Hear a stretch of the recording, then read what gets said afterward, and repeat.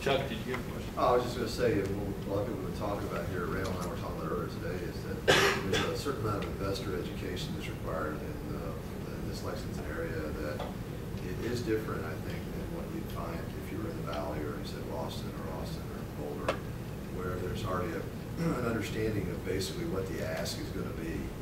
And here, I think the old money is part of it. You know, it's a more traditional investment. It's not a fast-moving tech investment that a lot of guys get pitched. And so they're asking for the things that the gentleman in the front was describing. You know, the really extensive business plan, the extensive cash modeling. And in traditional businesses, that's a fairly reasonable ask because you know if it's a traditional business that you kind of know how it's going to go, it's a pretty reasonable ask.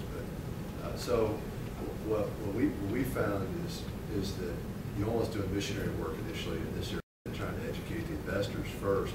So it takes more than just 1 or 2 or 3 meetings in some cases just to get them around to the way of thinking that you need to get to.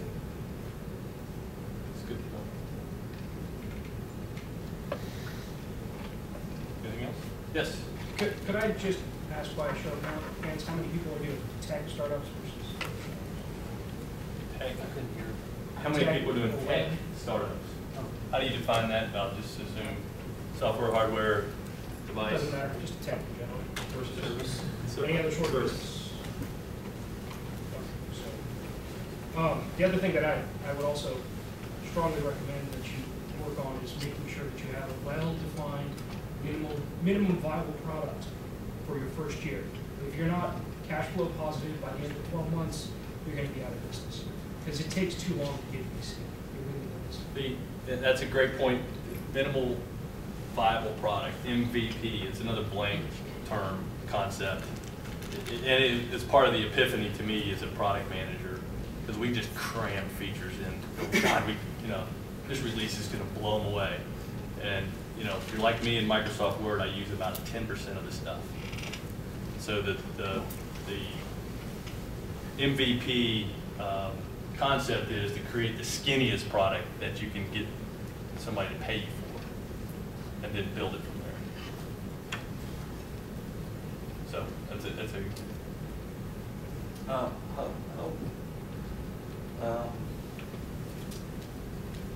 How much of the minimum viable product needs to be in existence before you can reliably go out and get somebody to give you money to pursue the business plan or your business idea? Does that kind of agree there? Can I answer it? Yeah. Well, I'll give an answer. I can't remember if it was maybe Brad Feld or one of those guys. I think maybe it was the Y Combinator guys out in, or TechCrunch guys, maybe out in Silicon Valley. And they were out, he happened to be out one day at a convenience store or something, and there was 2 guys in there, you and Tony, and they were doing product market research to people walking in and out of the convenience store with little note cards where they had drawn the interfaces for their software. And they were interviewing people saying, if you did this and hit that button, here's what it would look like, and getting their feedback.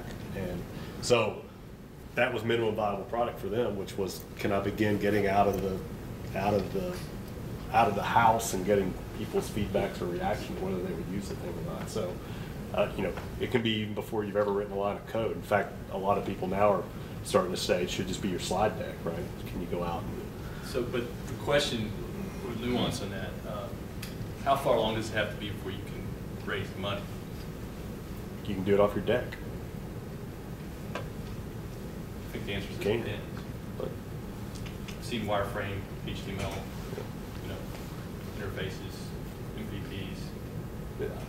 For me, I like the general rule of you don't want to raise money to develop your product. If you can if you can get to where you got that MVP or something that's usable, do that before you go out and raise the money. But different going on your business model idea where there's customer discovery and there's customer validation and then there's a pivot and it's kind of like a circular kind of thing until you can come with an agreement between customer discovery and customer validation.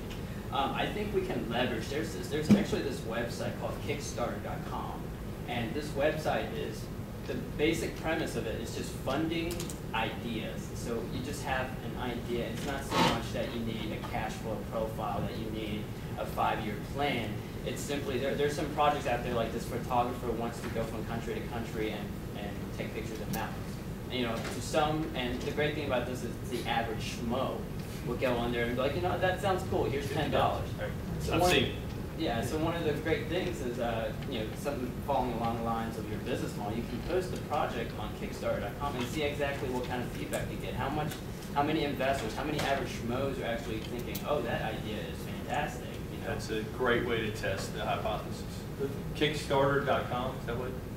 Yeah, check it out. It is interesting, and it ranges from sort of technical products to people who are hobbies. They want to get somebody to fund them. It's an art project. But how often do investors or angels say, have you told anybody about this yet? Oh, So, you know, when you talk about a site like that or something, it's full transparency, right? It's like, this is what I want to do, and it's in Google, index in Google, it's everywhere now. people who dumb money says ask that kind of question. Smart money says it's all about execution. Yep. Show me traction. If you can Yeah. show me that the crowd has already said that's a great idea, Yeah. I'll be there with my check. I'm convinced that the secrecy of this stuff is kind of dead. That's old school thinking. Unless you have IP.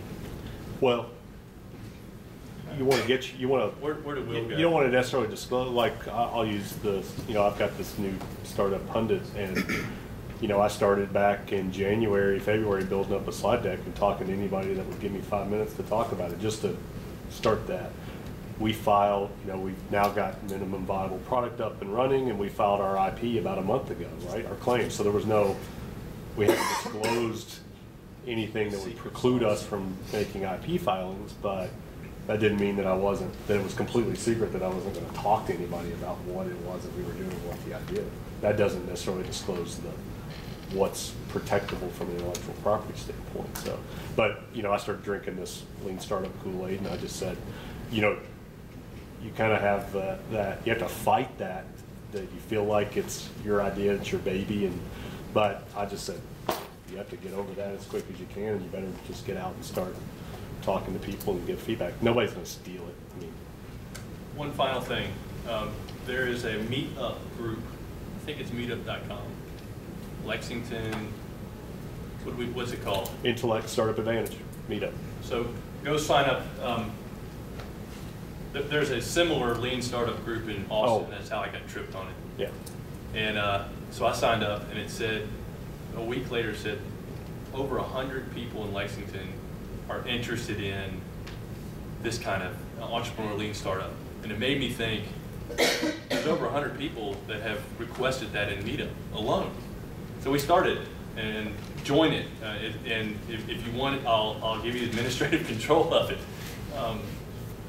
But do it, because I think the last plug is this community is important, and we're gonna succeed by coming together and creating a common language, both on the investor side, which I think is sorely needed, and on the entrepreneur side. Hey, just a suggestion, your slides should go up on SlideShare on that site, so people can have access to them. As long as I see it. Yeah, I was going to say, I've got all my little Google images that I Liberally stole. We're amongst friends. You'll get a settlement order from Getty. Yeah, that's 20 grand. No, this is the first Thank one we you for coming. recorded too. But we're going to do anybody that's interested, we're going to do a meetup at the Tin Roof right now. So anybody that's interested will walk up that way, grab a beer, continue this discussion. It's a great turnout. You know, we keep building more people each month that we have this, so let's try to get the word out. Let's see if we can start packing the place. Great, thanks. Thanks, Jim.